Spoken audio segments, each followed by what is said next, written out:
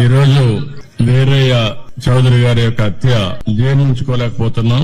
నిన్న నేను ఢిల్లీలో ఉన్నప్పుడు ఈ వార్త నాకు తెలిసింది. వెంటనే ఎస్పీతో మాట్లాడాను. నిన్నటి నుంచి దీనిపైన అన్ని విధాలుగా అన్వేషిస్తున్నాం, ఇన్వెస్టిగేషన్ చేస్తున్నాం. 12 టీములు వేశాం. జరిగిన విధానం కూడా చూస్తే చాలా కరుడు కట్టినటువంటి నేరస్తులు కూడా చేయని విధంగా ఈ హత్య చేసే పరిస్థితికి వచ్చారు. 53 చోట్ల కత్తిపోట్లు ఉన్నాయి. అంటే ఇది చూసిన తర్వాత ఈ రాష్ట్రంలో ఇలాంటి ఘోరమైన వ్యక్తులు కూడా ఉన్నారా అనిపిస్తుంది.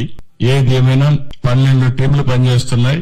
వీరయ్య చౌదరి గారు మంచి నాయకుడు, సమర్థవంతమైన వ్యక్తి. ఏదైతే యువగళం అప్పుడైతే 100 రోజులు లోకేష్ గారితో కూడా తిరిగారు. అదే సమయంలో అమరావతి రైతులు పాదయాత్రలో వచ్చినప్పుడు వాళ్ళకి అండగా నిలబడ్డాడు. అంతేకాకుండా పార్టీకి ఒక మంచి నాయకుడిగా, సమర్థవంతమైన వ్యక్తిగా ఇక్కడ పనిచేశాడు. ఈ మండలంలోనే ఒక 10,000 ఓట్ల మెజార్టీ సాధించే పరిస్థితిలో ఉన్నాడంటే ఎంత మంచి నాయకుడు మనం అర్థం చేసుకోవాలి. ఆయన ఎన్నికలప్పుడు నేను ఇక్కడ చూడడమే కాకుండా చీరాల కూడా చూసుకోమంటే ఇక్కడ చీరాల 2 సమర్థవంతంగా చేసి 2 గెలిపించే పరిస్థితికి వచ్చారు. అలాంటి మంచి నాయకుడిని రోజు కోల్పోవడం చాలా బాధేస్తుంది. అదే సమయంలో తెలుగుదేశం ప్రభుత్వంలో ఇలాంటి ఘోరాలు జరగడం చాలా జీర్ణించుకోలేకపోతున్నా. నేను ఒకటే హెచ్చరిస్తున్నా. ఇప్పటికే 12 టీంలు వేసాం. సీసీటీవీ కెమెరాల్లో ఉండే క్లూస్ కూడా తీసుకుంటున్నాం. కానీ చాలా మందికి ఒకటే విజ్ఞప్తి చేస్తున్నా, మీకేదైనా గానీ క్లూస్ దొరికితే ప్రజాహితం కోసం మీరు కూడా చెప్పండి.